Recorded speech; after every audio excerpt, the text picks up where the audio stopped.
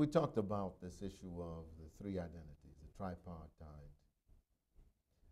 of being Somali and separated from your home and those challenges, and still resilient. We talked about this engagement of Somali youth, and I've been to many conferences, and I'm seeing the engagement of these young people. But you have emphasized in your town hall about the role of religion. Most people here would say that, I mean, we don't need that here. I mean, the stereotype is a Somali Islamic extremist terrorist, pirate, right? So why do you think religion has this positive role that you've spoken about? Good question. Religion is very important for the reason, if we really understand true Islam, which is cut to the chase, the opposite of what we've been hearing in the last 8-9 years. All right, cut to the chase. Right. I want to hear it. The true Islam is not just words uttered, but action delivered.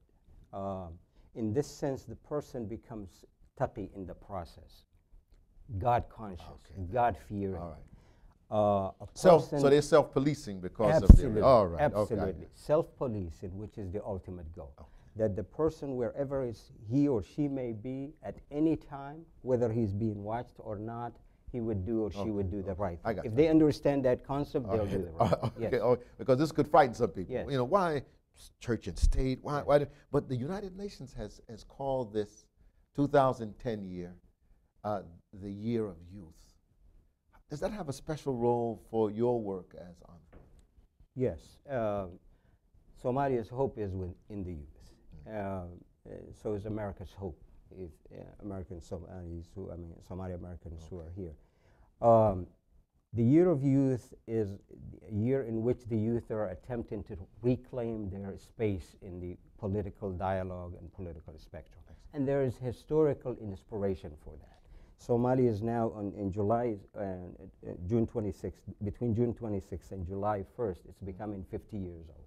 That nation. Almost old. Half a century, right. Almost old as I am. Time for introspection, right. Yes, sir. Time to think and discuss how would the better Somalia look like. And the youth are taking the lead. Well, let me ask you, when we go back 50 years, what was that Somali like?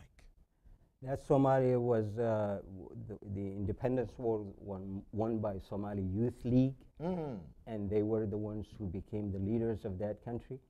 And they... with democracy?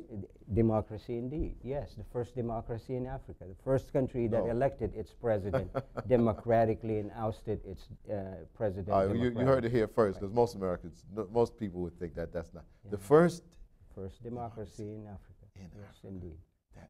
That is phenomenal. Right. I want to maybe go to, what do you see as the future? Has the Obama administration been at all helpful in engaging this process? Have we turned a new corner? Yes, there's definitely a wind of fresh air that's really blowing with this new administration. Nothing has changed policy-wise yet, let's be frank. But the spirit is there, the attempt is there, the discussion and the dialogue is there. Well, so they have to start somewhere. Right, and you have to take those baby steps and wait for things to change. All right, but now, formal diplomatic relations. I know you've got the envoy role, but formal diplomatic relations, what will that look like? The move from envoy to ambassador to an embassy, how soon do you think that is? Well, it's hard to predict. I mean, all from the administration, what we hear is everything is dependent on how secure the country becomes, how soon the security is established. But there are a lot of factors that the security depends on a whole lot of things, including the resources that the country needs and so forth. So, but we're hopeful. The dialogue is still on. I heard Somalia has excellent telecommunications, even without a government. Without a government, in fact, it's much better now than it was during the government. Amazing, so amazing. People are resourceful and enterprising. Amazing. While we're almost there, this is a big responsibility on your shoulders. And I want to applaud you and Karim Jama, who I also know who's serving, as Somali Americans who have placed themselves back into a situation that's not the most comfortable. How do you feel? Well, Somalia, of course, is the epitome of the brain drain that took place in Africa, I mean, all over. And for the first time, I think, there are people in the diaspora that were well established are now looking back into their country and saying, I need to really give back something. I need to take some risks. I need to go back there and make some changes, positive changes, that is. And Abdul Karim led the way in that. Inspired a lot of us. Okay, now I want to ask, so are you guys looking for an embassy? Looking for it as a form of... Yeah, yeah, you know. No, you take those baby steps and you wait until it's formalized and then you act on it. We don't want to be ahead of the... Well, I want you to know, you know, that real estate prices are down now. It's a good time on Embassy Road to see what you can find. We'll take it into that account. You know, I think we're going to close now. Are there any closing words that you would like to share with us?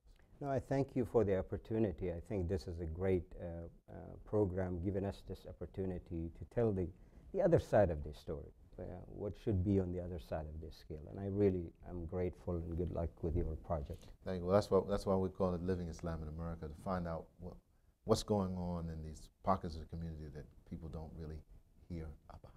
Inshallah, jazakallah.